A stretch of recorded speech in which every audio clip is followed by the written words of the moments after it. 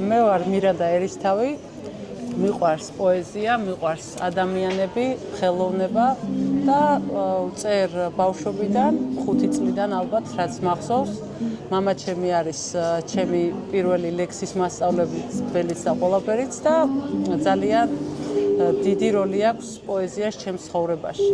ვთვლი რომ ლექსი რომ არ იყოს, ადამიანს გაუჭირდებოდა ხშირად გადარჩენა.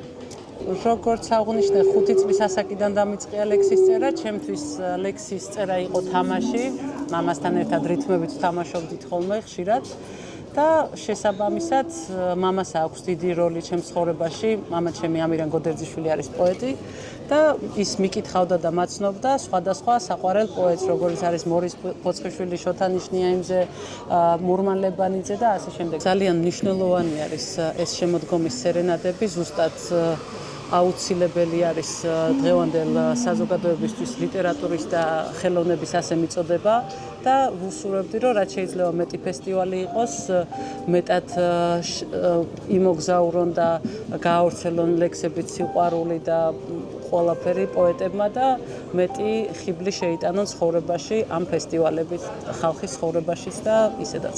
ოჯახურ დღეებმა დაგვღალეს მზის ნაცვლად მზიანი ღამეა.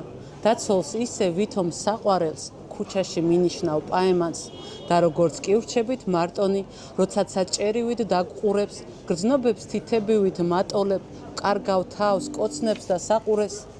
ადრე თუ პარის და სენტროპეს, ნატრობდით დღეს ვურევთ, პაექრობთ, ერთმანეთშიც ისე შევტოპეთ, რომ დავრჩით ჩვენც უერთმანეთოთ, თვრებით დღეს სხვაგვარი დათრობით და სულს მხდი კაბების მაგივრად.